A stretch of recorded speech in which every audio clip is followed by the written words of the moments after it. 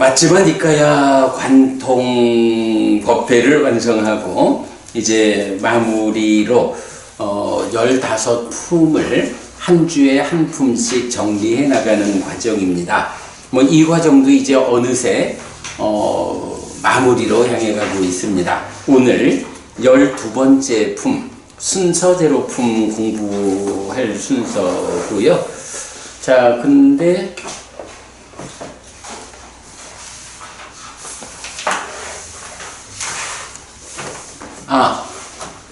오늘 제가 지난주 공부한 11번째 대화다하품 드렸거든요. 그러고 보니까 여러분들 것만 인쇄해 오고 내 거를 안 인쇄해 왔네. 그래, 잠깐만 좀 볼게요. 저는 설명드리겠습니다. 네.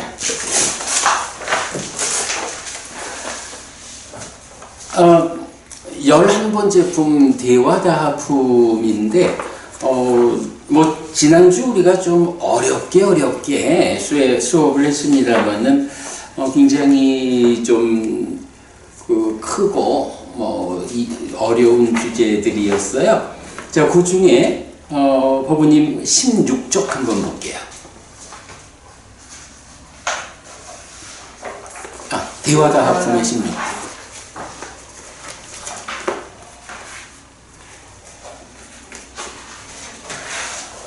대화다하품의 첫 번째 대화다화경도 굉장히 큰 경우로 많은 주제 어렵게 있었는데 그래도 뭐 이건 잘 정리를 했고요.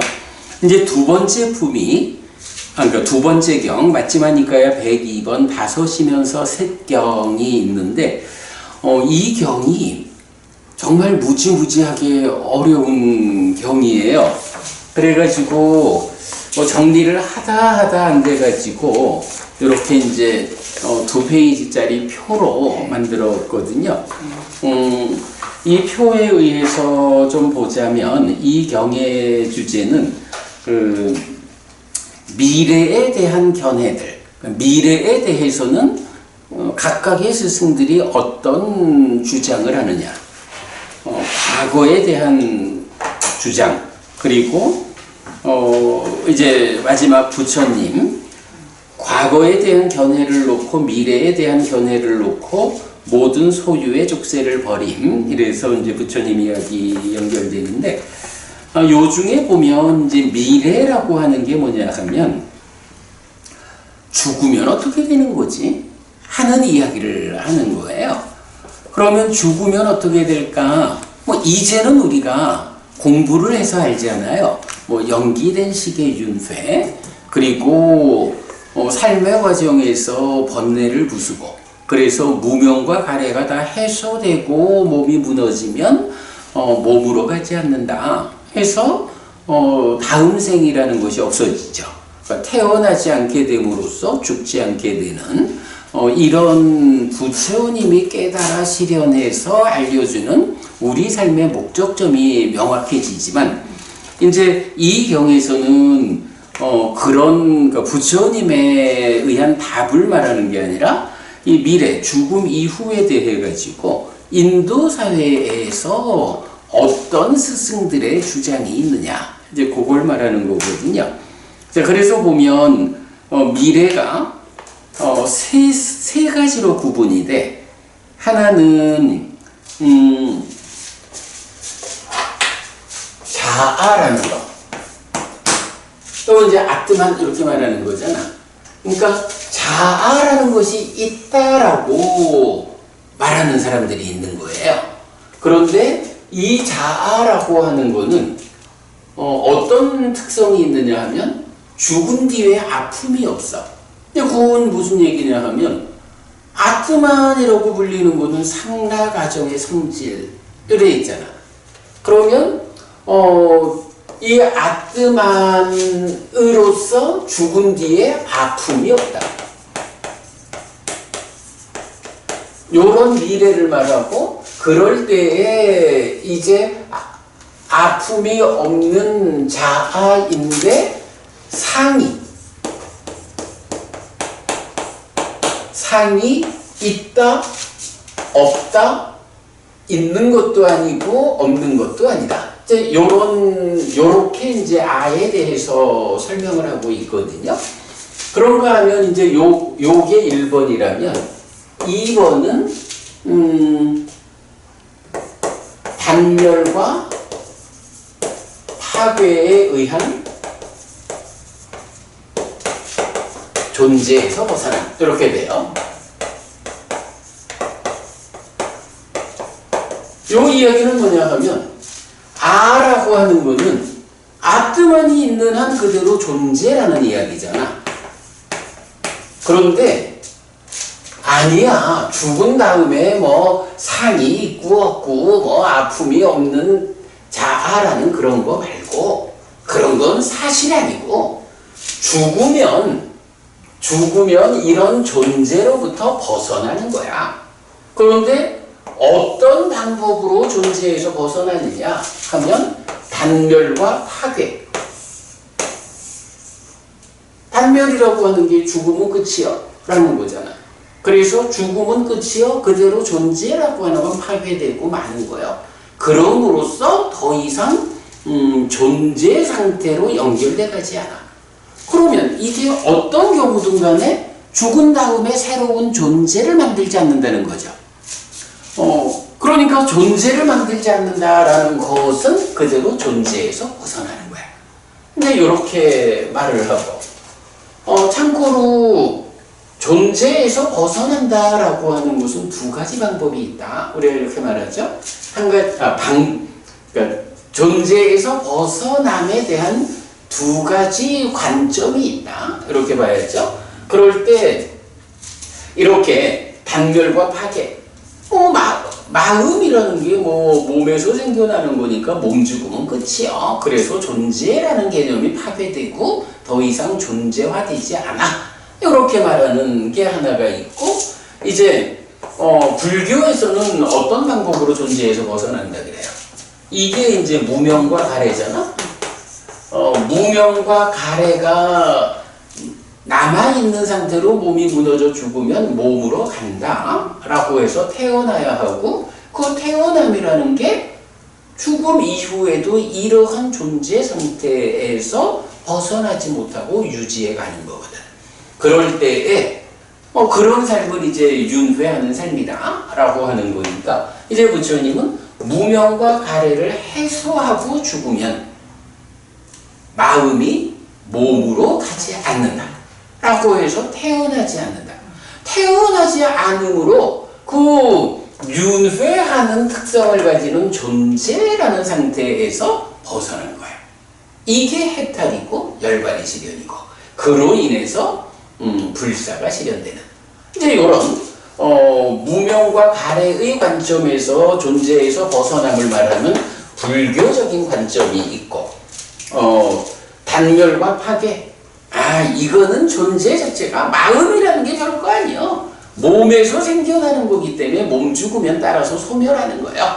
요렇게 단별로를 주장하는 요런 사람들하고 요건 다르죠. 그러니까 죽은 다음에 존재하지 않게 된다, 존재에서 벗어난다라는 하나의 방향성을 말하지만 이 방향과 이 방향이 다른 거야. 그럼 여기서 이제 우리가 알아야 하는 게 있죠. 두 가지가 서로 다르단 말이야. 어떤 게 사실이고 어떤 게 거짓일까? 요건 알고 가야지. 단멸론이라는 거는 말은 그래야 하지만, 생각은 그래야 하지만, 마음이라는 게 별건가? 하고, 마음은 몸에서 생겨나는 거예요 라고 마음을 이해하기 시작하면 그렇게 단멸적인 방법으로 존재에서 벗어난다 말하지만, 부처님이 알려주는 이 마음이라는 건 그렇지 않잖아. 연기된 식의 윤회, 이렇게 설명되는 삶의 과정을 누적하다가 몸이 무너져 죽으면 무명과 가래가 남아있는 한 또 태어나야 된다고. 요런 중생이란 존재의 삶에서 벗어나기 위해서는 이제 사정처, 사마타 윗바사나 해가지고 무명과 가래를 부숴야 존재에서 벗어나는 일이 가능하다. 그런데 이거는 사실이다. 말로야 까짓거 뭐 안 태어나면 되지 뭐 하는 게 얼마나 쉬워. 그런데 사실일까 아닐까 라고 접근해 보면 이제 이 문제가 있죠. 자, 그리고 이제 경은 이어서 지금 여기의 열반 이런 표현을 해요.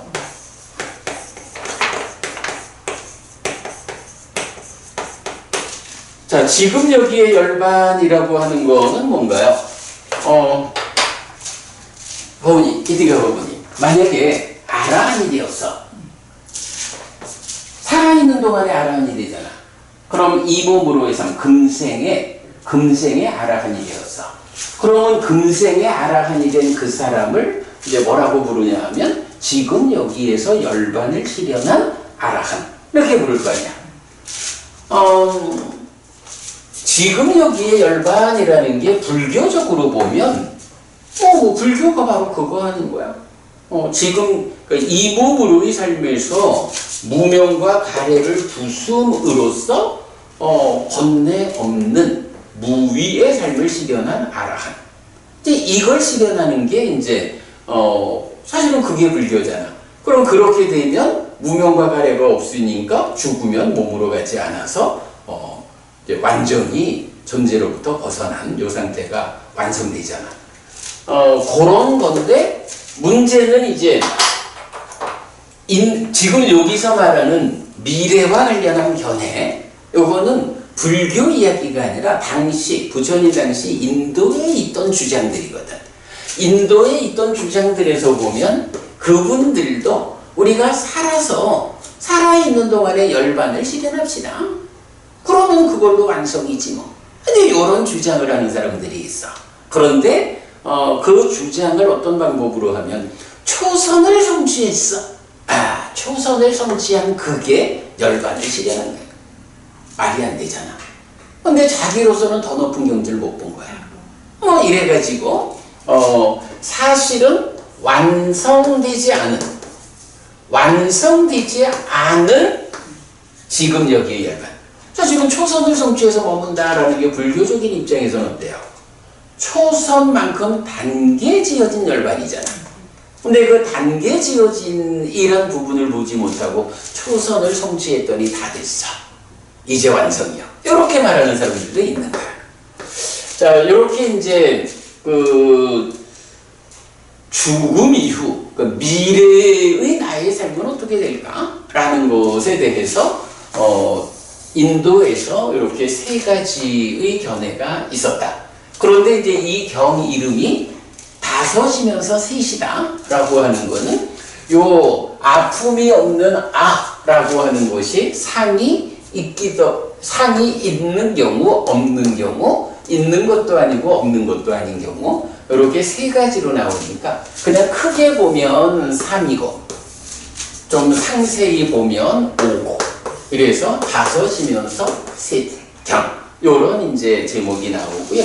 그러면서 이제 뒤에 과거 이야기라든가 또 이제 부처님 과거에 대한 것도 놓고 미래에 대한 것도 놓고 이렇게 이제 설명되거든요. 아니 제가 이제 요 이야기를 지난주 수업 이야기를 굳이 좀 짚고 가려는 건 뭐냐 하면 이 아라고 하는 거, 아라고 하는 게 빨리어로는 아따, 산스크리트는 아뜨만 이래 된단 말이야. 아따, 아땅 이래 되죠. 이럴 때 이 아의 범주가, 그러니까 아를 주장하는 범주가 누구인가? 라고 했을 때 사실은 요 단멸론을 주장하는 사람들이 생각하기에 따라서는 단멸론을 주장하는 사람도 이 한평생 자기의 아뜨만을 주장해. 근데 그 아뜨만의 수명이 한평생에 불과해. 요렇게 보아야 하는가?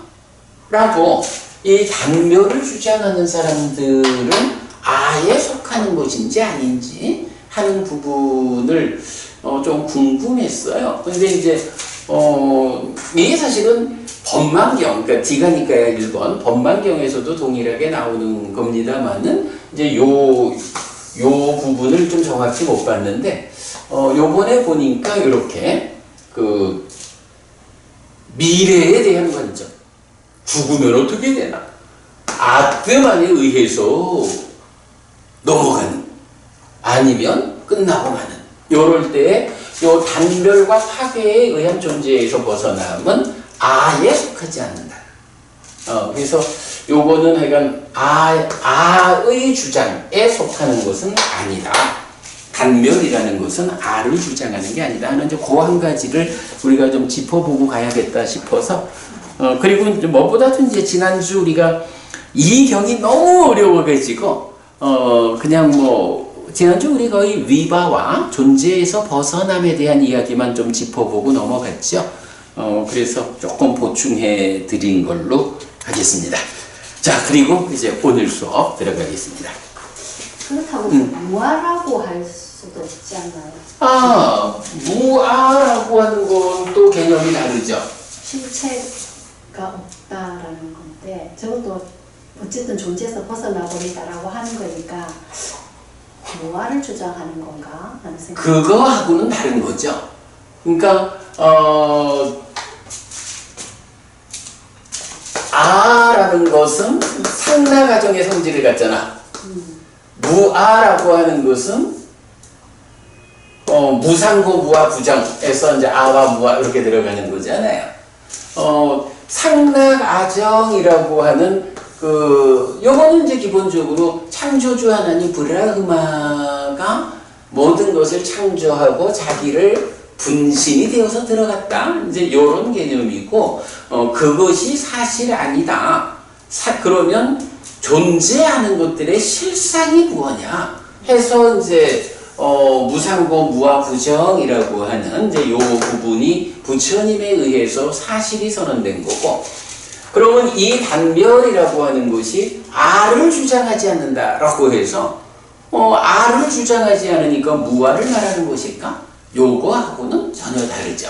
여기는 그냥 그 존재 자체가 상나 가정에 이런 성질을 가지느냐, 이런 존재성. 내가 이건 잘 모르지만 그런 어떤 존재의 성질 관계없이 그냥 죽음은 끝나는 것이냐, 더 이어져 가는 것이냐, 이렇게 되는 거니까, 요건 그냥 단별 자체로 있는 거고, 아와 무아라고 할 때는, 기본적으로 불교에서도, 무상고 무아 부정이라고 하는 이게 단멸이라는 개념 밖에서, 그죠? 밖에서, 윤회하는 삶에 대한, 윤회하는 주체로서의 내가, 사실은 연기된 식의 윤회, 이렇게 그 부분을 설명을 해주는 데서 무아라는 개념으로 출발을 하는 거지. 그거는 그냥 선을 그어서 봐야 할 것 같아요. 그러니까, 아의 범주에 들지 않는다 그래서 그러면 무아인가? 무아를 주장하는 것인가? 그렇게 보지는 않아야 할 것 같아요. 그 부분은 우리 나중에 한번 정리를 한번 다시 해보기로 합시다. 자, 순서대로 품 들어가겠습니다.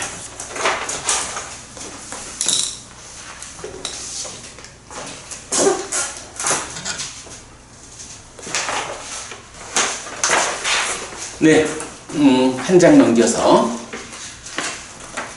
순서대로 품은 마치반 니까야 111번 순서대로경, 112번 6가지 청정경, 113번 고결한 사람경, 114번 실천해야 할 것과 실천하지 않아야 할 것경, 115번 많은 요소를 가진 것경, 116번 이식일리경, 117번 커다란 마흔의 경, 118번 입출식념경, 119번 신념저경, 120번 행에 의한 태어남경의 10개의 경으로 구성되어 있습니다.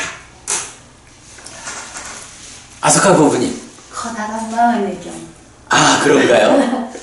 그리고 많은 요소를 가진 것. 질문도 안 했는데 답이 먼저 나오네. 그래, 우리가 이건 뭐 이렇게 짚어볼 필요가 있죠. 12번째 품에서 가장 비중이 있는 경이 어떤 경일까? 라고 할 때, 아소카 부부님은 117번 커다란 마흔의 경, 그리고 115번 많은 요소를 가진 것경 이랬죠. 그렇게 봐도 되나? 아, 입추신명경과 신명처경은 스님께서 따로 설명을 한다고 하셨으니까요. 아니, 그래도 어쨌든 여기 포함되어 있으니까, 아니, 그래.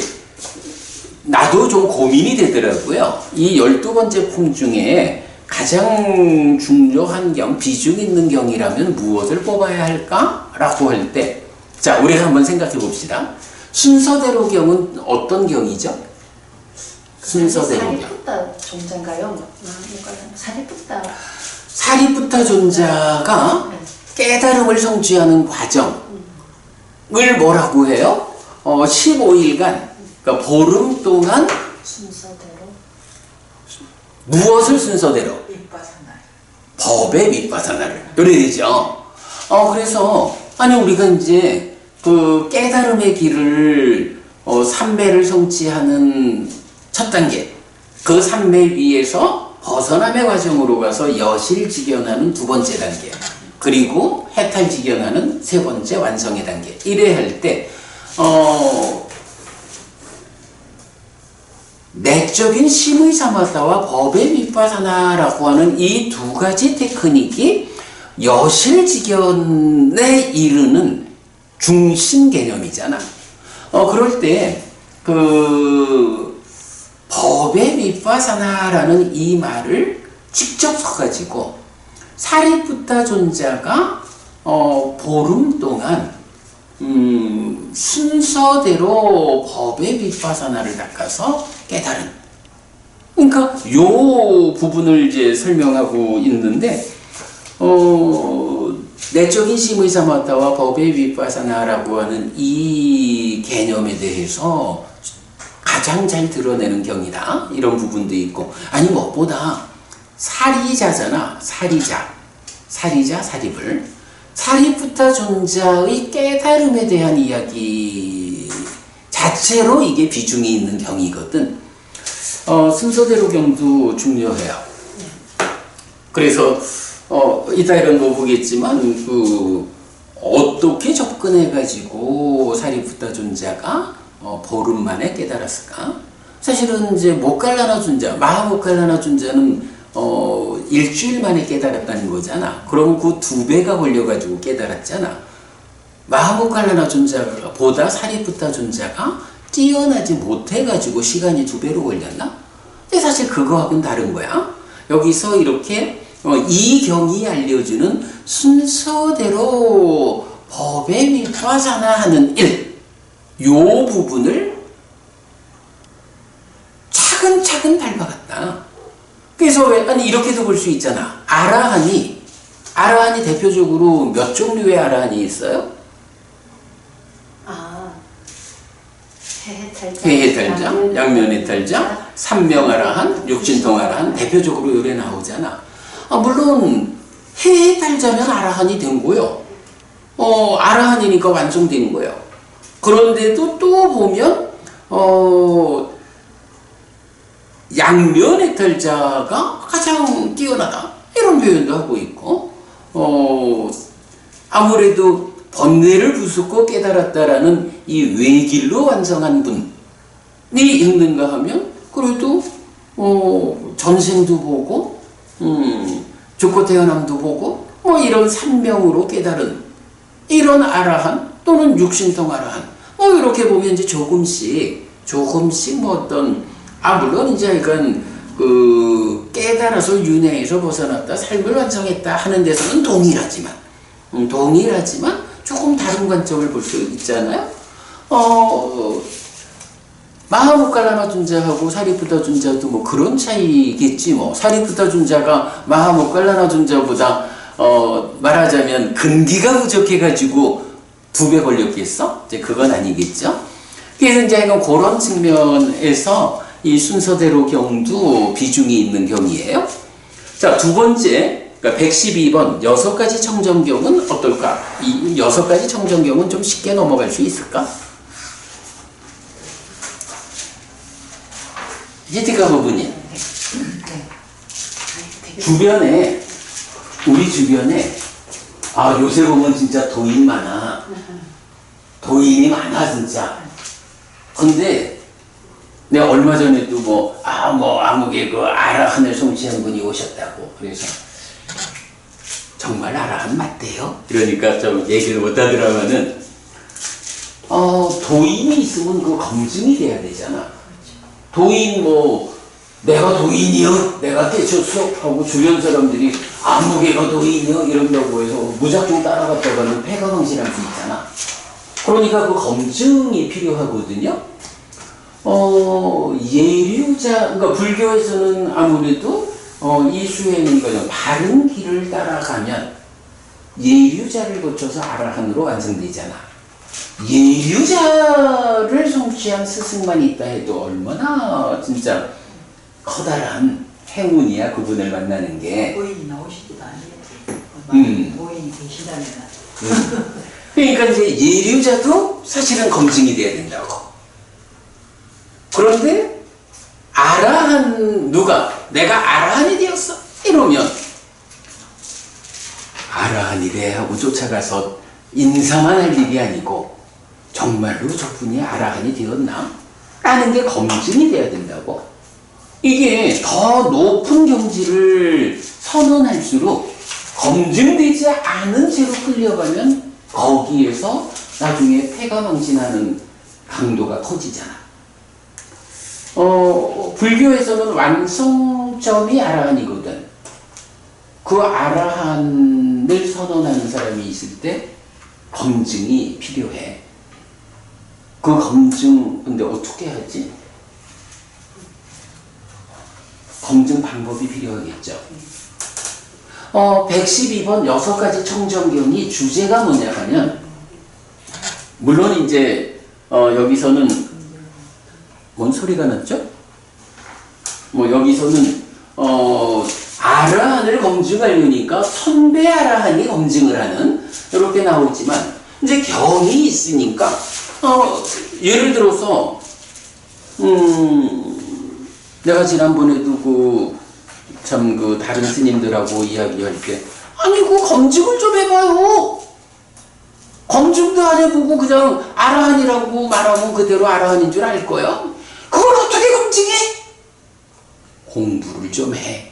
경의 검증 방법이 있어. 내가 그랬거든.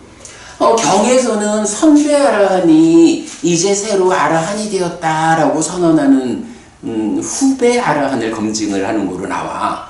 근데 우리는 만약에 우리 곁에 누가 내가 아라한이야? 라고 말한다면 경을 들고 가가지고 경대로 검증을 해볼 수가 있는 거야. 자, 당신께서 아라한이 되셨다 하는데 정말로 아라한이라면 제가 목숨 걸고 당신을 스승으로 따라야 하지 않겠습니까? 그러니 나는 정말로 당신이 아라한이신지 검증을 하고 가야겠습니다. 이거 말해야 되잖아. 그러지 않고 무작정 따라갔다가는 곤란하지? 그때의 방법인 거야.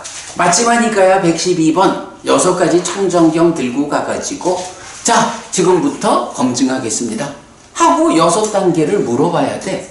이 내용도 너무너무 중요했어요. 중요한 거예요, 그치? 아니, 그러니까 어떤 게 가장 비중이 클까라고 선택하기가 힘들어. 순서대로경도 사리부터 존자의 그 순서대로 법에 윗바사나해서 깨달음을 성취하는 이 과정을 말하니, 그치? 너무 다 그렇지만 너무 멀고 훈련돼서. 그래? 어쨌든 이제 그래서 두 번째, 그러니까 112번 6가지 청정경도 그 비중을 작다 할 수 없는 경이거든. 그런가 하면 이제 세 번째 경은 고결한 사람의 성품, 그러니까 고결한 사람 경인데, 이 경도 좀 이제 공부를 해보면, 이게 이제 무슨 얘기냐 하면, 이제 어떤 스님이 이제 출가를 했잖아. 출가를 했는데 예를 들어서 왕자가 출가를 했어. 그러면 이 왕자가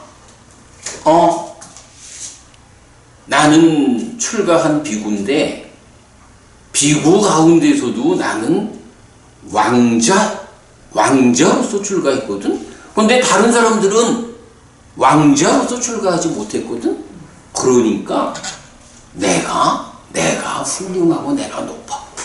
이래가지고 자기를 칭찬하고 남을 업신여기는 이런 비구가 있다 하면 아사가보부님, 이런 비구가 고결한 사람, 고결한 비구, 훌륭한 비구라고 말할 수 있을까? 없죠. 분명히 사실 우리가 그 얘기를 하잖아. 불교라고 하는, 불법이라고 하는 곳은 바다와 같아서 어느 쪽에서 어떤 강물로 들어와도 다 하나의 짠맛? 바다의 맛이라고. 그런데 그거를 나는 왕자로서 출가했으니까 내가 가장 으뜸이야. 이래가지고는 죽을 때까지 아무것도 이루지 못하고 죽는다고. 이거는 자기를 칭찬하고 남을 업신여길 방법이 못 되는 거야. 그래서 이제 보면 그 이야기를 반복을 해요. 고귀한 가문에서 출가를 했다. 큰 가문에서 출가했다. 큰 부자 가문에서 출가했다. 유명하고 부자인 가문에서 출가했다. 잘 알려지고 명예가 있다. 뭐 등등등등 해가지고 심지어는 하루에 한 번 먹는 사람이야. 나는 하루에 한 끼 먹는데 다른 사람들은 한 끼 먹는 걸 안 해. 그러니까 내가 으뜸이야. 이런 식으로 하는 이런 곳이 그런 걸로 인해서 고결한 사람, 훌륭한 비구가 되지 못한다. 그렇다면 이제 고결한 사람이 되려면 어떤 사람이 고결한 사람이라 하겠어요? 방법은 하나야. 오직 바른 가르침을 바르게 배워 알아가지고 가르침 그대로 실천하는 일. 그래서 이 실천을 통해 가지고 어떤 사람은 이제 삼매를 정치해 가지고 올라가는 수행의 과정에 있으면서 벗어나는 수행으로 들어가려고 하는 사람도 있고, 어떤 사람은 벗어남의 과정에 들어가서 예류자를 성취한 사람도 있고, 어떤 사람은 아라한을 성취해서 완성한 사람도 있고. 고결하다라고 하는 것은 오직 하나, 이 사람이 어떻게 잘 실천해가지고 어떤 성과를 거두었느냐. 이런 실천의 문제, 실천에 따르는 성과의 문제, 이걸 가지고 훌륭하다, 내가 더 높은 경지에 있다, 이래 말할 수 있는 거야. 고결하다 라는 이야기는 그럴 때 쓸 수가 있지, 내가 왕자로 살다가 출가했으니까 내가 최고야, 이건 아무 쪽에도 쓸모없다. 요렇게 말하는 게 이제 113번경에서 말하는 이제 고결한 사람과 고결하지 않은 사람 노래 나오거든요. 그러니까 요거는 뭐 그래도 다른 경들이 가지는 비중에 비하면 그냥 뭐 그렇게 봐도 될 것 같아요. 자, 그런가 하면 114번경은 또 실천해야 할 것과 실천하지 않아야 할 것 경이거든요. 이 경도 굉장히 많은 주제들을 얘기를 하는데, 거기도 보면 근데 사실은 중심 주제는 딱 하나야. 히디가 부부님, 뭐 어떤 것이 됐든 실천해야 하는 것과 실천하지 않아야 하는 것, 요거 기준이 있다면 뭐가 있을까? 어떤 거는 하고 어떤 거는 하지 않아야 할까? 선법을 하고 악법을 하지 말아요. 그죠? 경에서도 딱 그 얘기를 하는 거야. 굉장히 다양한 경우를 말하면서 실천하는 자에게 불선법은 늘어나고 선법은 줄어드는 것은 실천하지 않아야 한다. 거꾸로 실천하는 자에게 불선법은 줄어들고 선법은 늘어나는 것은 실천해야 한다. 그럼 요거 우리가 늘 하는 이야기 뭐야? 과도 보도 괴로움이어서 지옥으로 이끄는 힘을 가지는 십악업은 피해야 한다. 과도보도 행복이어서 하늘로 이끄는 힘을 가지는 십선업은 적극 실천해야 한다. 그게 지옥으로 이끄는 힘을 가진 거, 거기서 생겨나는 것들이 다 불선법이야. 그리고 하늘로 이끌리는 거, 열반으로 이끌리는 거, 거기서 생겨나는 게 다 선법이야. 그러니까 불선법은 줄어들고 선법은 늘어나는 것은 실천해야 하고, 선법은 줄어들고 불선법은 늘어나는 것은 실천하지 않아야 해. 요 한 가지 주제를 말하는데 경이 무척 길어. 반복. 부처님이 한 말씀 딱 하시면 사리푸타 존자가 부처님 말씀을 저는 이렇게 합니다. 이런 모든 것들 다 그 중에 불선법이 늘어나고 선법이 줄어드는 것은 실천하지 않아야 하는 거고요.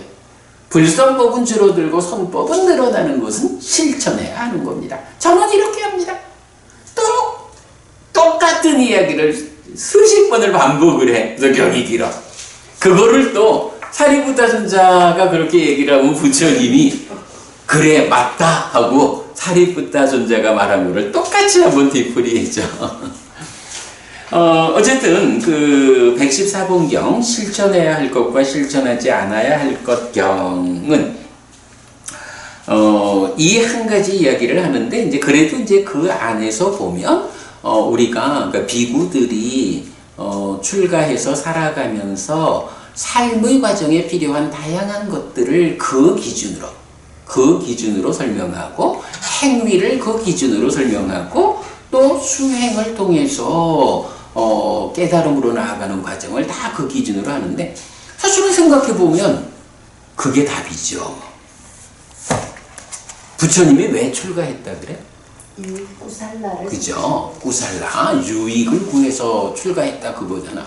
바로 그 유익 선법을 구해서 출가했는데 만약에 부처님을 따라서 공부하는데 부처님이 추구해서 출가해가지고 완성한 그 구살라 유익 선법, 그 완성된 유익 선법으로의 열반, 이 부분으로 향해가지 못하고 그 반대되는 게 늘어나는 삶을 산다 하면 안 되는 거지.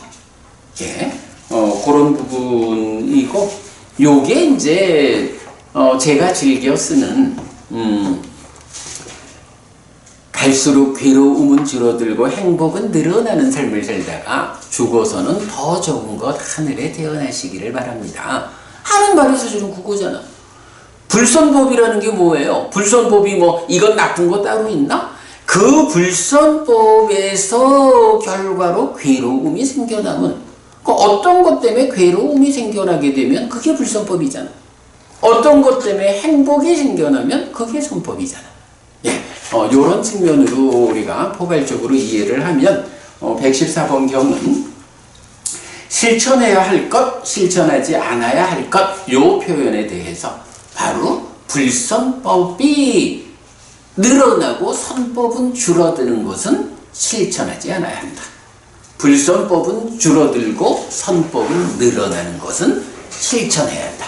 부처님 가르침은 바로 그 방향성을 가지고 제시되어 있다.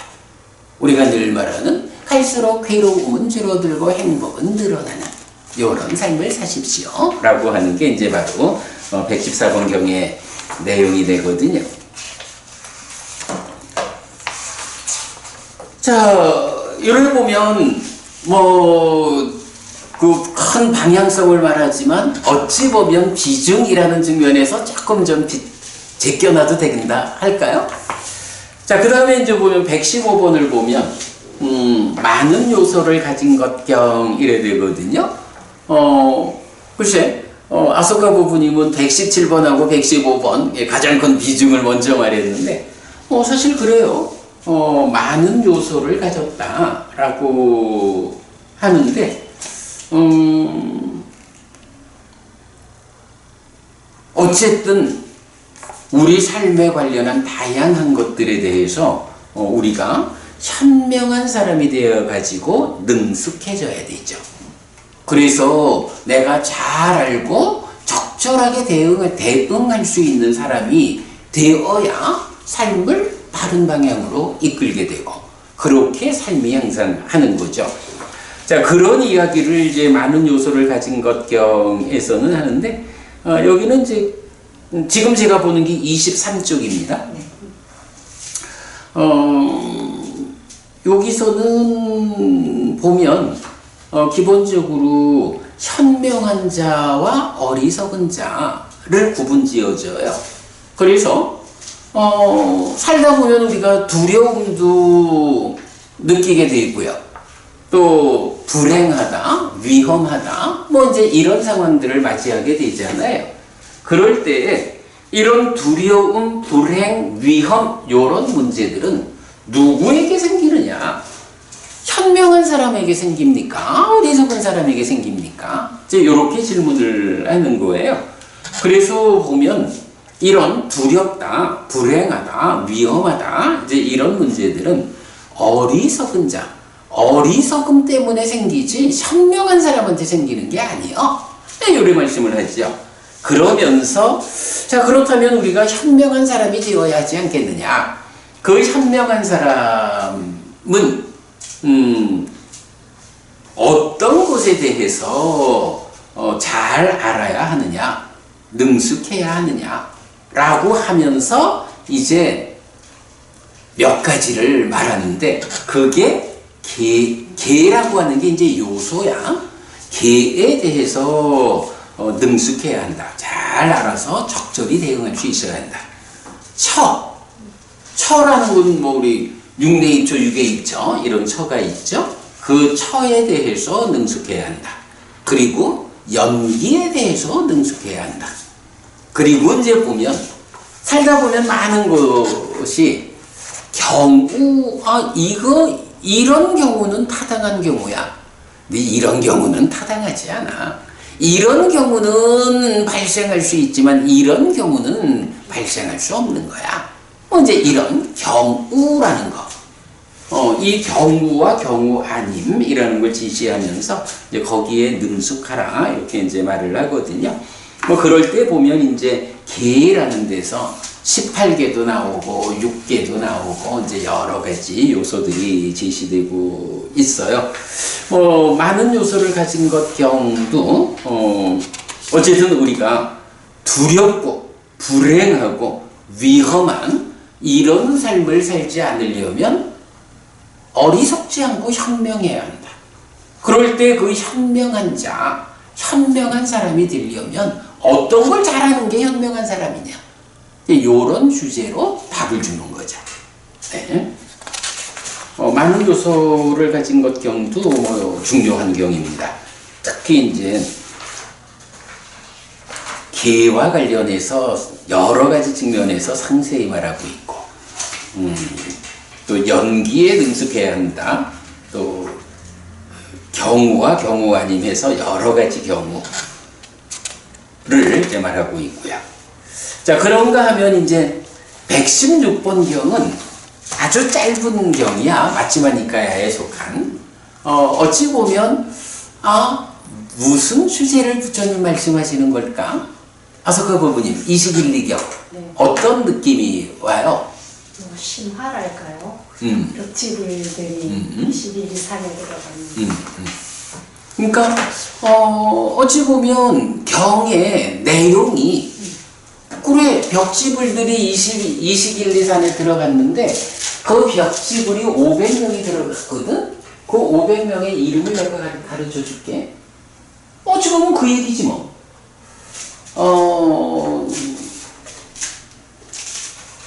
제가 볼 때는 과연 이 경에서는 이런 그 벽지불이라는 개념, 깨달았으면서도 부처가 되었음에도 불구하고 쇠전아라한 정등각 이런 스승으로의 자리를 확보하지 못하고 당신의 깨달음만으로 삶을 마무리하는 이제 이런 분들에 대해서 그냥 소개하고 있다. 뭐 그래 보면 될 것 같아요. 그런데 이제 이게 제가 그 교재에서도 그런 말을 하고 있지만 사부니까야 우리 공부 기준 안에는 벽지불, 빠째가 빠째까 붙다 벽지불이란 말이 몇 개경에서밖에 안 나와요. 근데 이게 뭐 후대의 교재로 가면서는 벽지불이란 용어가 엄청 많이 나타나. 그러니까 참 좀 보면 내가 얼마 전에도 우리 스님 한 분하고 대화를 하다가 참 좀 안타까워서 그 얘기를 했거든. 스님, 열심히 공부하시는 줄 알겠는데 그 왜 공부를 그렇게 변두리에 가서 하려 하지? 여기서 말하는 변두리가 뭘까? 정법이 아닌 바깥에. 그래. 그러니까 부처님 공부를 하자라고 하면 부처님 살아서 직접 사람 가르침. 그래서 뒤가니까야 맞지마니까야 상류다니까야 앙부따라니까야 어려도 조금 보충되지만 이렇게 공부의 중심이 있는 거야. 이 공부의 중심 안에 들어와 가지고 열심히 공부를 하면 공부하는 만큼의 성과가 있다고. 공부하는 만큼 중심 안에서 다양한 경들을 깨워가지고 부처님 깨달음의 본질을 드러내고. 사실은 우리가 그런 공부를 하다 보니까 삶의 메커니즘도 그려내고 수행지도도 그려내고 어떻게 살아야 합니까? 에 대한 사실 우리가 뭐 완전하게 말하기는 그렇지만 삶의 어떤 주제가 됐든 말씀하십시오. 우리가 부처님께서 어떤 답을 주실 건지 부처님의 답을 경에서 찾아서 드릴 수 있습니다. 왜 얘기할 수 있잖아. 근데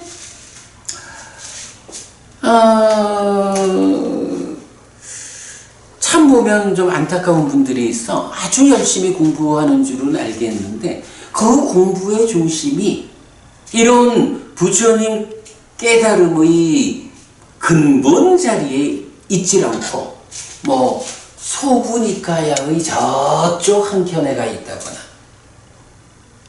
하여간 좀 먼 부처님 가르침이라는 이 공부의 입장에서 보면 변두리에 속한. 그러면 세상사가 그렇지 뭐. 변두리에서 변두리에 살면 정보력도 부족하고 열심히 공부한다 해가지고 그 공부가 이뤄내는 성과가 부처님 가르침의 진정으로 접근할 수 있느냐, 이런 면에서는 좀 곤란함이 있죠. 근데 이제 이건 뭐 내가 이건 얼마 전에 그 스님 한 분한테 좀 하도 안타까워서 참 스님 공부를 가르침의 중심 자리에서 해라. 왜 그렇게 좀 변두리에서 헤매고 있나? 열심히 공부를 하는 사람이 하고 좀 진짜 얘기를 했는데 잘 안 바뀌어요. 그것도 성향이야. 그런데 이제 하여간 벽지불과 관련해서도 그런 거야. 부처님 가르침, 그러니까 부처님 살아서 직접 사람 가르침 안에는 그냥 뭐 벽지불에 대한 이야기가 벽지불이란 존재가 있어서 그 존재가 실제 했던 존재여서 뭐 이렇게 그냥 몇 개 경에서만 나오고 대표적으로 이식일리경에서 이런 500개의 벽지불 뭐 이런 정도. 이게 너무 이상하잖아요. 어떻게 500명이나 벽지물이 나올 수 있을까요? 저는 뭐 그러니까 뭐 신화처럼 그냥 해건 뭐 그래도 부처님이 하신 말씀이니까 그냥 뭐 어떤 의도가 있어 하셨겠지 하고 뭐 우리가 뭐 이제 큰 비중 두지 않고 일단 이제 넘어가는 건데 이번 주에 500 나가는 거 아닌가? 아마 그럴 거예요. 500 나한이라는 게 이렇게 그러니까 500 나한 말고 벽지불은 나한이 아니고 독성, 연각, 독성각. 그러니까 독성각, 독각 이렇게 되는 거죠. 그래, 그러니까 뭐 그래. 그래서 여기도 아주 작은 분량으로 하고 넘어갔어요. 자, 그리고 나면 이제 117번. 117번 경우는 진짜 그래, 아소카 부부님이 우리 홈페이지에 계속 인용되는 것을 답글로 작업을 하잖아. 그래, 아마 그 인용이 가장 많은 경 중에 하나일걸? 117번 경? 그러니까 법부님이 117번 경이 비중 크다 이런 말씀을 하셨을 거예요. 커다란 마흔의 경에서 기본적으로 바른 산매가 무언지 나오고 8 정도 하고 10 정도 하고의 연결관계 하면서 이 8 정도를 설명하는 특별한 방법이 나와요. 사실은 내가 생각할 때도 이 커다란 마흔의 경은 이 품에서 가장 비중 큰 경 중에 하나야.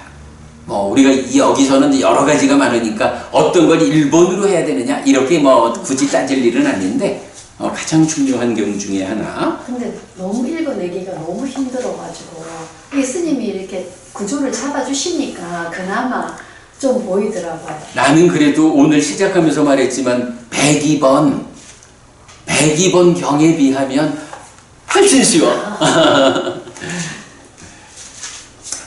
사실은 이제 이 경에서는 특히 우리가 시티가 부부님 그 아라한두 업을 짓습니까? 라는 얘기 우리 몇 번 했죠. 아라한두 업을 짓나? 라고 할 때 그래서 업을 두 가지로 말하는 거잖아. 행위라는 게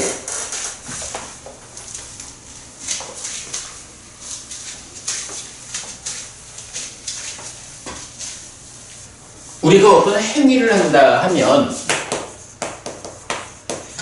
이 행위를 나타내는 말이 경에는 두 가지가 있다고. 하나가 상카라 해서 행이라고 쓰는 거죠. 여기 이제 오온의 행 이렇게 나오고, 그 다음에 깜마 해서 업이라고 나온다고. 내가 옛날에 한번 이런 질문을 해봤어. 상카라 행하고 깜마 업하고가 어떤 게 더 범주가 넓을까? 그러니까 행과 업이 행이 더 넓은 거요? 아니면 업이 더 넓은 거요? 이렇게 질문한 적이 있거든요.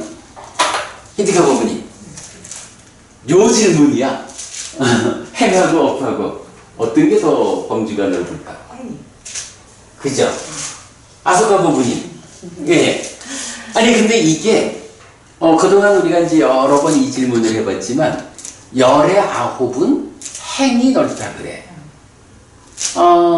왜냐하면 이제 그 업이라는 게 가지는 좀 부정적 어떤 시각이 있잖아.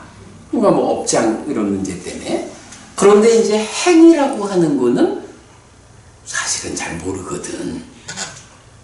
행이 뭔지를 사실은 잘 모르기 때문에 업이 가지는 좀 부정적 시각과 대응시켜 보면 뭐 행이라는 게 더 넓지 이렇게 이제 생각할 수도 있는 거야. 그런데 이제 경은 어떻게 정의하냐 하면 요 행이라는 거는 유의에서 형성한다.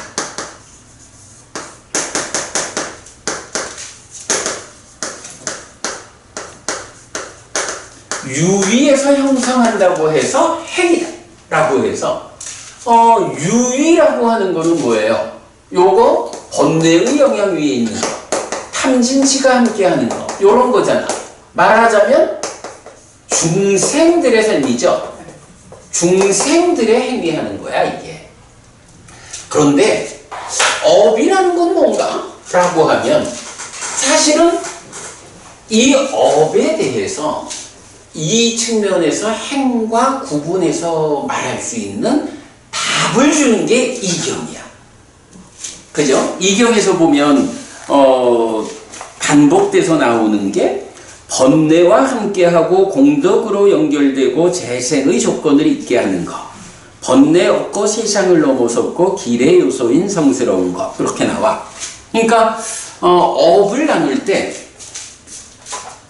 이 업은 기본적으로 어떤 게 있어요? 악업이 있고 선업이 있죠. 십악업 십선업 하듯이. 악업은 뭐 이건 악업이야. 나쁜 거야. 그런데 이제 선업을 놓고 두 가지로 말을 하는 거야. 하나는 공덕과 연결되는 거. 그리고 하나는 여기 이제 표현이 어떻게 되느냐. 공덕보다는 이제 번뇌. 번뇌와 함께하는 선업이야. 그런가 하면 하나는 번뇌가 없는 선업이야. 자, 번뇌가 있다라고 하는 게 번뇌가 있으면 탐진치가 함께하는 유의적인 가래가 함께하는 중생의 삶이잖아. 그런데 번뇌가 없다라고 하면 뭐야? 번뇌가 없으면 무탐, 무진, 무치 해서 애멸에 해탈된 삶이잖아. 그러니까 선업을 1번 번뇌가 있다라고 하는 것은 이디가 보니 우리가 사실은 요즘 십악업, 그러니까 악업을 많이 안 짓죠. 우리가 그래도 보편적으로 악업을 피하고 선업을 짓는 사람 그렇게 사느라고 노력하잖아. 그러니까 이렇게 우리가 선업을 지으면 공덕이 생기는 거야. 그죠? 그런데 이렇게 공덕이 생겨나는 선업을 짓는다 해도 사실은 우리가 현재 어떤 형편에 있어? 아직 우리가 중생, 번뇌의 영향 위에 있는 중생이잖아. 그렇지만 우리가 분명히 공덕행, 선업을 짓고 있잖아. 요런 선업은 선업인데 중생들의 삶에서 번뇌 위에서 지어지는 선업이 있는 거야.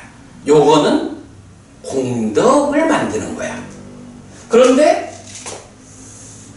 번뇌 없는 선업이 있다는 거야. 번뇌가 없으면 어떻게 돼? 누진 해가지고 아라함 된 거잖아. 근데 아라함도 선업을 짓는다는 거야. 그러니까 번뇌 없는 선업이라는 거는 번뇌가 없는 사람이니까 아라한인 거야. 아라한이 선업을 짓는다. 그러면 이제 아까 질문, 아라한이 업을 짓나요? 근데 그냥 선업이라고 말을 하면 조심스러워. 선업 가운데 번뇌의 영향을 벗어난 번뇌 없는 선업을 짓는 거야. 그래서 경은 이제 번뇌 없고 세상을 넘어섰고 길의 요소인 성스러운 거 이렇게 표현을 하거든요. 그러면 이렇게 놓고 보면 어때? 업이라는 거는 뭐 악업이야 뭐 말할 것도 없지만 선업 가운데서 공덕이 되는 행위라 해도 번뇌가 있으니까 요거를 뭐라고 불러? 유의적인 업이 있는 거지. 그런데 번뇌가 없는 아라한의 업 하니까 여기는 무위의 업이 되는 거죠. 자, 두 번째 제가 질문한 게 뭐냐 하면 행과 업이 행이 더 큰가 업이 더 큰가 이래 할 때 이제 답이 나오지. 행이라는 것은 정의 자체가 유의에서 형성하는 거거든.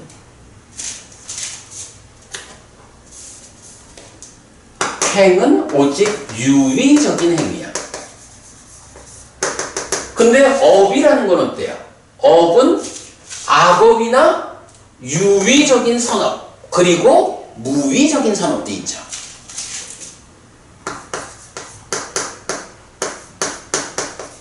유의, 무의의 업이 있는 거야. 그러니까 화살표는 요건 화살표가 아니고 하여간 각계표는 이렇게 가야지.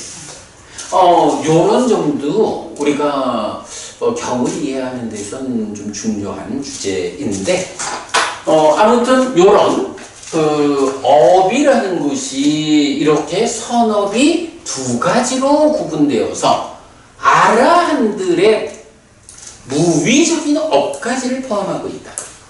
근데 이제 이런 부분이 사실은 설명해 주는 게 뭐냐 하면 깨달아서 아라한이 되었어. 그러면 아라한으로 이제 몸이 무너질 때까지는 살아가야 되잖아.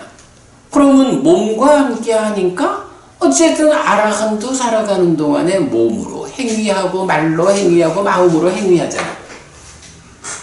이건 뭐라고 불러야 돼? 여기에 대한 답이 아라한도 행위해. 다만 번뇌의 영향에서 벗어난 그런 무위적인 행위를 하고 그것이 업에 속한 거예요. 그래서 아라한도 업을 짓는 거예요. 이제 이런 이야기를 우리가 할 수 있는 거죠. 네, 커다란 마흔의 경은 뭐 여러 가지로 특히 그러니까 8정도, 그러니까 8요소를 넘어선 16 해가지고 10 정도를 잘도 설명해 주고 뭐 그 경에서 중요한 주제를 많이 말하는데 그 중에 제가 볼 때는 아주 주목해야 하는 하나가 선업이라고 하는 것이 이렇게 번뇌와 함께 하는 선업이냐 번뇌가 없는, 달리 말하면 아라한의 선업이냐 하는 요 부분에 그 교리적 근거를 제공하고 있다. 요것도 저는 굉장히 중요하다라고 생각하고요. 또 이제 이 경에서 사실은 남들이 잘 주목하지 않는 우리 입장에서 굉장히 주목한 한 가지 또 다른 한 가지가 있어. 서가법님, 이 경에서 우리가 굉장히 중요하게 생각하는 한 가지에 대해서 이 경이 알려주는 게 있어. 뭐냐 하면 히티가 부부님, 우리 이 삶의 메커니즘 얘기하고 이러면 뭐니 해도 딱가라고 하는 이 공간, 가래가 형성되는 딱가라는 영역이 있잖아. 그래서 부처님 내가 성취한 법이 무엇냐 하면 여러 묘사가 있지만 딱가 맞죠? 딱가의 영역을 넘어선 법이에요. 이래 되거든. 그래서 정말로 눈 뜨고 경을 들여다보면 딱가라고 하는 개념이 오죽하면 부처님이 내가 성취한 법이 그 딱가의 영역을 넘어선 거예요. 중생들은 딱가의 영역에서 가래가 생겨나지만 나는 가래가 생겨나지 않는 삶을 완성한 거예요. 이렇게 말을 하는데 딱가라는 개념에 대해서 모른다고. 뭐 지난번에도 내가 우리 철학 교수로 은퇴하신 우리 선생님 한 분하고 이제 말씀을 나눴어요. 뭐 워낙에 먼저 공부가 높은 분이니까 이제 대화를 하면 참 재미있어요. 이제 그분하고 딱가 이야기. 내가 그분한테 이제 우리 독송집을 한 권 선물 드리느라고 만나서 말씀 나누다가 제일 첫 번째 있는 경이 범천의 요청경 해가지고 딱가와자로 나오잖아요. 그래서 이제 교수님 딱가라는 이 개념에 대해서 교수님은 어떻게 생각하셔요? 하고 여쭤봤어요. 그랬더니 뭐 이제 약간 전통적으로 알려진 사유의 영역을 넘어 사유를 넘어서 사유가 미치지 못하는 그냥 단지 근데 이제 그럴 수밖에 없는 거지 뭐. 교수님도 그런 전통적인 공부를 하셨으니까 당연히 그렇게 이해하고 계시죠. 그래서 내가 한참을 딱가를 그렇게 보지 않아야 합니다 라고 열변을 더했지. 이해를 하시더라고. 이해를 하시고 주목을 해봅시다. 근데 이제 문제는 세상 모든 불교계의 학자들이 딱가를 그려보지 않잖아요. 그러니까 선입관을 깨기는 참 어렵다. 그래도 우리가 주목을 해보자 하고 상당히 공감하는 말씀을 해주셔서 고마웠는데, 사실은 이게 요거 딱가라는 말이 있고 윗딱가라는 말이 있잖아. 딱가하고 윗딱가가 다른 거거든. 그런데 이게 어떻게 다른지를 잘 모르는 거야. 어쨌든 우리는 딱가와 윗딱가가 어떻게 다른 건지 이 두 가지를 함께 고민하는 가운데서 딱가로부터 벗어나는 거니까 딱가라고 하는 것이 윗딱가라고 생각이 떠오르는 것 이전에 어떤 자리에 있구나. 이렇게 이해를 해석을 해 들어가서 딱가를 찾아내고 그 의미를 완성했잖아. 그런데 전반적으로 보면 딱가와 윗딱가에 대해서 구체적으로 설명하는 사람이 없죠. 그런데 사실은 딱가가 설명되지 않으면 불교가 부처님의 진정을 드러낼 수 없죠. 이제 이런 측면인데, 지금 이제 커다란 마흔의 경에서 보면, 그러니까 우리 눈에만 띄는 거야. 이게 이제 대부분 번역에 의하면 그러니까 이 경에서 뭐가 나오느냐 하면, 바로 번뇌 없는 아라한의 업 가운데 정견 정사유. 정사유면은 의업이 되잖아. 네. 그죠? 이 정사유, 의업을 말하면서 그 의업에 어떤 것이 있느냐라고 할 때 딱가하고 윗딱가하고 사유, 상가빠하고 요거를 물론 여러 가지 더 있지만 딱가, 윗딱가, 상가빠, 사유를 세 개를 같이 제시를 하는 거야. 다 다른 거 세 가지가 정사유, 그 중에 아라한의 바른 사유를 말하면서 사실은 생각할 수 있지. 가래가 생겨나는 이 과정도 몸으로 하는 거 아니잖아. 몸으로 하는 거 아니니까 마음으로 한다라고 보면 사실은 일반적으로 말하는 사유라는 거는 몸과 함께하는 영역에서 진행되는 거지만 이제 아라한의 그 무위적인 그 사유를 말할 때는 이 딱가라는 자체도 넓게 보면, 그죠? 좁은 범위로 말하는 사유하고 달라서 넓은 범위로 보면 이 사유라고 하는 것도 이 안에서 기뻐하고 드러내고 묶여 머무는 과정에서 소망을 만들어서 가래가 되고, 거기에서 윗딱가로 생각이 떠올라서 사유로, 상가빠로 연결되는, 커다랗게 보면 사유의 영역인 거야 이게. 그죠? 그래서 이제 이 117번 경에서 요렇게 딱가, 윗딱가, 상가빠가 그러니까 번뇌 없는 세상을 넘어선 정사유를 설명하는 데서 나타나거든요. 나는 요게 나름대로 굉장히 의미가 있다. 그러니까 딱가라고, 이 딱가라는 개념에 대해서 우리가 알기 때문에 딱가와 윗딱가와 상가빠를 성스러운 바른 사유로서 딱가라는 것도 넓게 보면 사유구나. 근데 사실은 맞는 거야. 이게 딱가 안에서 가래가 형성되는 게 몸에 의해서 진행되는 과정 아니잖아.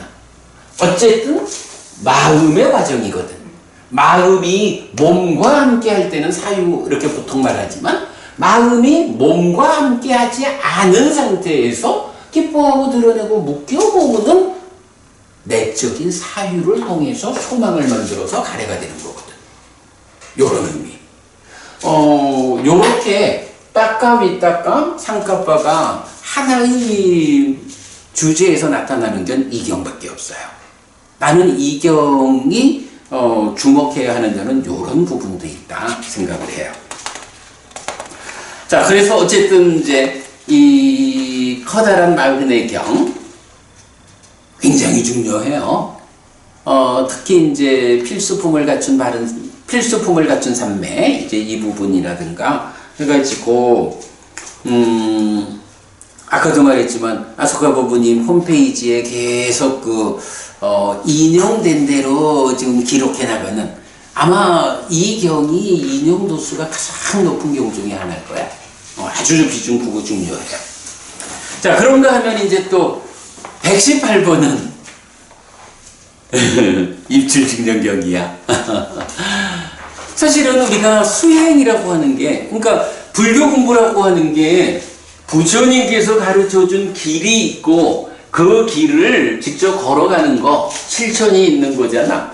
그래서 수행이라고 하는 말이 결국은 부처님이 이끌어주는 지도를 따라가지고 한 걸음씩 한 걸음씩 가야 이게 간 만큼 성과를 내는 바른 실천이잖아.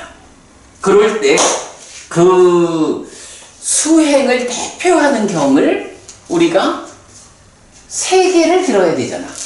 대념처경이 신수신법 사념처를 말하고, 신념처경이 그 중에 신념처의 소분류 9가지 이렇게 나타나고, 그리고 입출신념경이 그 중에서도 신념처에 속한 소분류 중에서도 앞장을 쓰는 호흡을 대상으로 하는 수행. 그런데 이 세 가지가, 그죠? 세 가지 경이 서술하는 방법은 달라도 그 끝은 어디예요? 대념처경도 뭐 앞에서 시작 부분을 말하고는 후렴에 의해서 아라한을 성취하는 데까지 해탈지경까지를 이끌잖아요. 신념처경도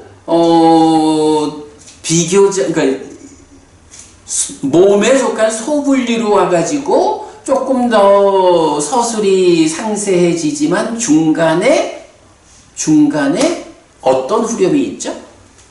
신념처경의 후렴은, 그러니까 이게 중요한 거야.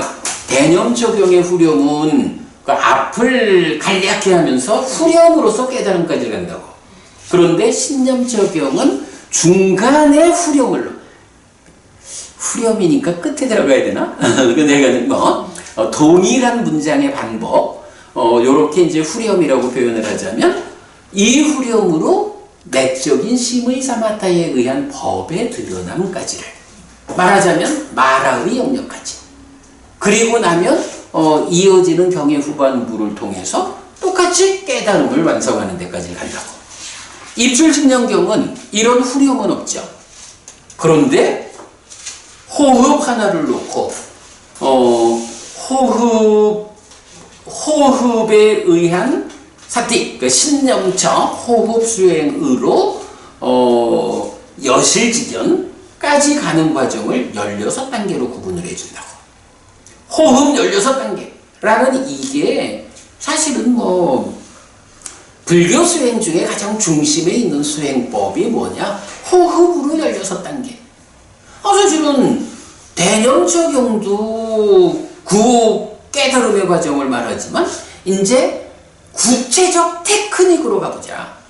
자, 오늘 아침에도 우리가 대념처경의 후렴 부분 좀 설명을 했잖아요. 그러면 그 후렴에서도 요렇게 내적인 안과 밖의 입장에서 삼매를 성취해서 내적인 심해사마타까지, 이제 내일 아침에 설명할 부분은 법의 비판은 이렇게 나오지. 그러니까 개념적으로 삼매를 성취하고 내적인 심해사마타를 거쳐서 법의 비파사나로 여실지견하고 요렇게 틀을 말해주지. 자, 그 틀은 알겠는데 구체적으로 어떻게 해야 됩니까? 라고 하는 길에 대한 상세한 안내. 요거는 대념처경도 아니고 신념처경도 아니고 바로 호흡을 통해서 여실지경까지를 가는 이 과정을 16단계로 상세하게 구체적 테크닉을 알려주는 입출신념경이 있다고. 그러니까 입출신념경이 옛날 중국에서는 안반수의경 이렇게 번역을 해서 또 수행 가운데 으뜸되는 경으로 이렇게 보는 거잖아요. 어쨌든 이제 이 의미는 아주 명확한 거야. 수행이라고 하는 게 부처님이 이끌어주는 지도를 따라가는 건데, 대념처경이 서울까지 가는 길을, 우리 부산에서 서울 가는 길을 대구 갔다가 대전 갔다가 요새는 광명 거쳐서 서울까지 가면 돼. 이렇게 크게 말해준다면 이게 길을 가다가 어찌어찌 대구까지는 갔다가도 어찌 또 가다 보면 대전에 도착을 못하고 중간에 셀 수도 있는 거야. 신념적용이 그거를 아이고 그게 좀 그런 위험이 있지. 우리가 조금 더 자세하게 한번 지도를 그려볼까? 이러면 자 부산서 출발하면 중간에 울산을 거쳐서 대구를 거쳐서 또 구미 뭐지 또? 김천. 김천 구미. 예, 요새 KTX로 보면 이제 김천 구미 이러지. 그리고 대전 거쳐서 대전에서 또 어디에 거쳐서 그래. 뭐 이렇게 가면 돼라고 알려주는 말하자면 KTX 타고 쫙 가면 되는 이런 정도의 길 안내라 하면 그래도 사실은 KTX를 타지 못했다거나 아니면 뭐 또 중간에 빠진다거나 이러면은 이제 좀 더 상세하게 지도를 그려줘야 되는 부산역에서 출발해서 울산 갔다가 울산을 지나면 그 바로 다음에 신경주가 있거든. 신경주 지나가면 동대구가 나오거든.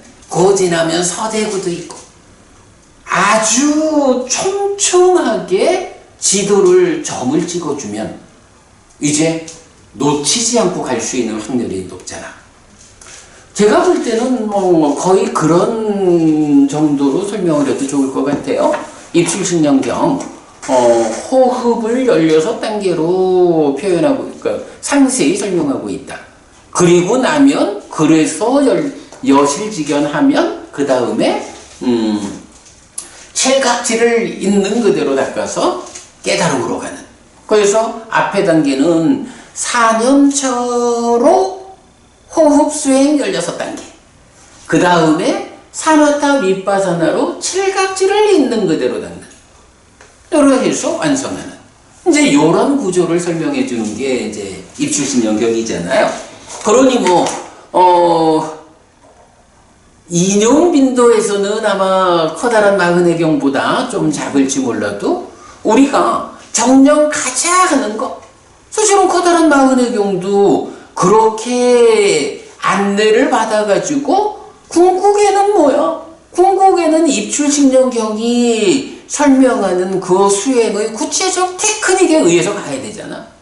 네, 그래서 입출신령경이 커다란 마흔해경보다 결코 비중이 작다 할 수 없다고. 그죠? 그렇게 봐야 되죠. 뭐니 해도 수행에서 그러니까 정점을 차지하는 경이다. 이렇게 봐야겠죠. 네, 그렇게 이제 봐야 되니까 중요해. 자, 그러면 이제 그렇게 보고 또 넘어가면 이제 19번에 가면 119번 가면 이 또 무시할 수 없는 지금도 우리가 대념적용에서 신념적용으로 입출신령경으로 이렇게 세 개의 수행경전을 말했는데 119번이 바로 그 신념적용인 거야.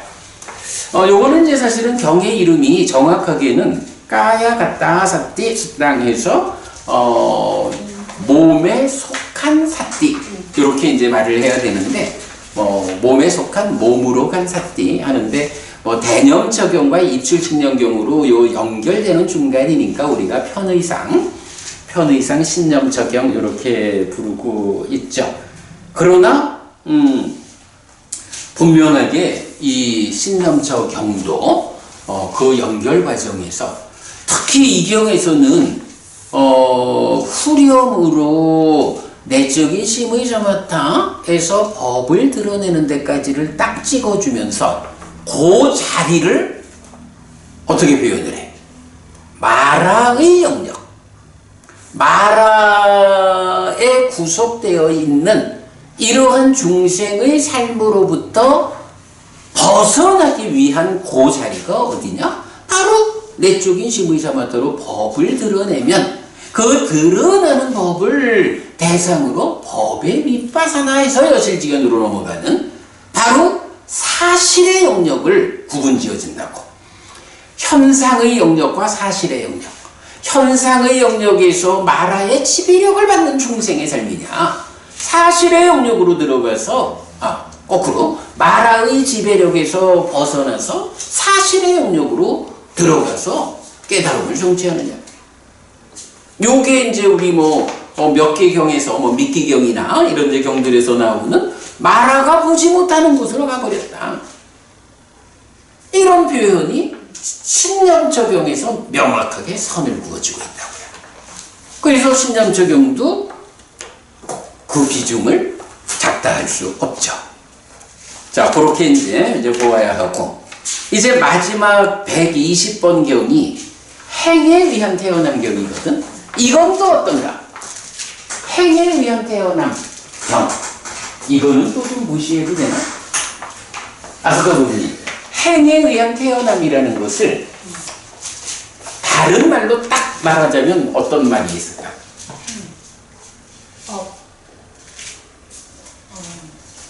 행에 의한 태어남. 업에 의한 태어남. 그치? 법우님, 우리 요새 그 업 이야기를 많이 하잖아. 그러면 중생을 뭐라고 말하냐 하면 중생은 자신의 업이다. 업을 잇는 자다. 이렇게 말하잖아. 업을 잇는다라고 하는 게 살아있는 동안에도 내 업을 이어가지만 살아있는 동안 업을 이어가면서 변화하는 마음, 요게 연기된 식이라는 거고, 그 연기된 식이 이 업을 이어가지고 변화한 연기 상태로 다음 몸으로 가면 그게 연기된 식이 윤회하는 거잖아. 행에 의한 태어남이라는 거. 근데 그거를 그냥 딱 한마디로 말하자면 행에 의해 태어난다. 업을 잇는 거구나. 업의 상속. 그죠? 사실은 행이라는 게 뭐냐고. 바로 아라한의 업을 배제한 유위에서 형성한다라는 그 유위적인 업이라고.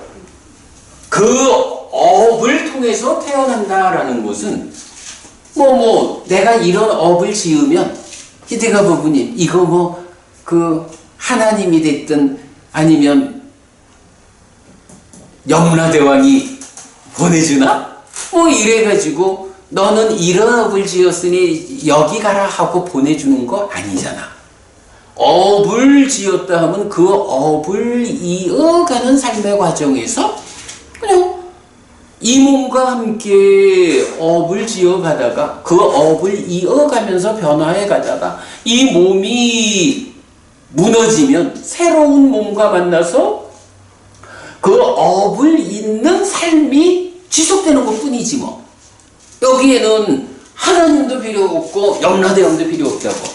그냥 업을 잇는 자라고 하는 부처님의 설명 그 한마디, 그것에 의해 가지고 내가 이 몸으로 살아가면서 한평생 업을 지었는데 그 업이 악업에도 치우쳤다 하면 그 업을 이어서 나쁜 몸으로 가는 거지 뭐.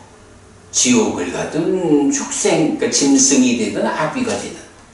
그런데 그 한평생 지은 업이 선업에도 치우쳐 있다. 아이고 다행이다. 인간으로 태어나거나 하늘의 신으로 태어나겠지 뭐. 그런데 특별하게 아예 삶의 중간 또는 죽는 그 순간이 되더라도 이런 번뇌 없는 선업으로 내 업이 도달했다 라고 하면 아라한의 업의 결과로 태어나지 않는 거지 뭐. 윤회에서 벗어나는 거지 뭐. 120번 행에 의한 태어남 경 이랬는데 나는 이런 요 경 보면서 딱 그 생각이 났어. 행에 의해서 태어난다는 게 업을 잇는 자라고 하는 부처님의 이 한 말씀을 그대로 펼쳐내고 있구나. 네, 그래 보면 되고요. 그런데 이제 요 경에서는 이제 그래도 또 주목해야 하는 하나는 우리가 이거 있잖아. 그 삶의 향상을 이끄는 법이 근본적으로 두 개가 있어. 계와 지혜. 그런데 누가 제정한 계고 누가 선언한 지혜냐 하는 것 때문에 믿음이 필요하잖아.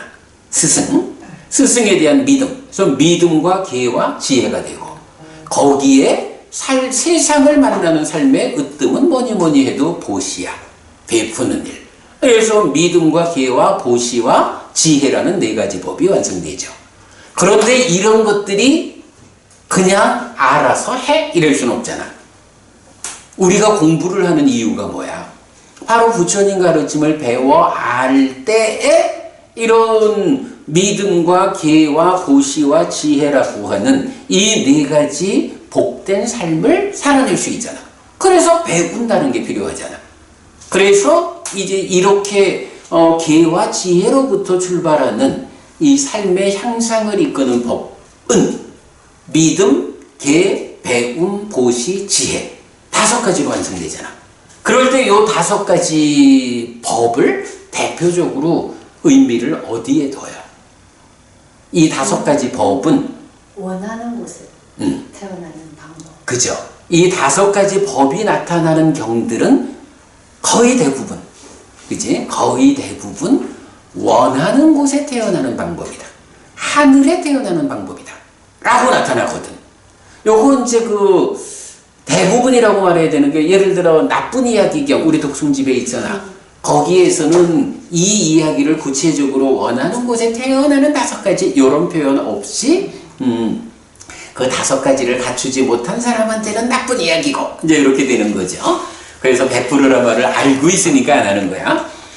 어쨌든 그래서 이 120번 행에 의한 태어난 경은 이렇게 2가지로 보면 되죠. 이 주제 자체가 업을 잇는 자라고 하는 우리의 삶의 이야기를 부처님 설명하고 있다. 거기에 믿음, 계, 배움, 보시, 지혜라는 5가지 법에 관한 공부. 네, 이렇게 보면 되겠습니다. 아니, 내가 원래 이렇게 말하려고 한 건 아니었는데 얘기를 하다 보니까 어떤 경이 가장 큰 비중을 차지할까? 해서 시작을 하다 보니까 아니 정말 그죠? 다 중요하죠? 그런데도 이게 있잖아. 그 지난주 우리가 대화다하품 그 10개 경은 내가 공부하기도 힘들었고 강의하기도 힘들었고 정리하기도 힘들어서 아주 힘들었거든. 근데 이 10개 품은 어쩌면 우리가 조금 더 친숙한 경이라서 그런지도 몰라요. 더 많이 공부한 번역하기도 덜 힘들고 정리하기도 덜 힘들고 그랬어. 오늘 강의하는데도 그렇게 어려울 게 없었죠? 나도 뭐 얘기하는데 불편이 없었는데 법부님들 들으시기에도 크게 불편할 거 그죠? 아마 요거 이제 나중에 제가 정리하는 데에도 불편이 적을 것 같아. 자, 오늘 이렇게 재밌게 수업 마치도록 하겠습니다.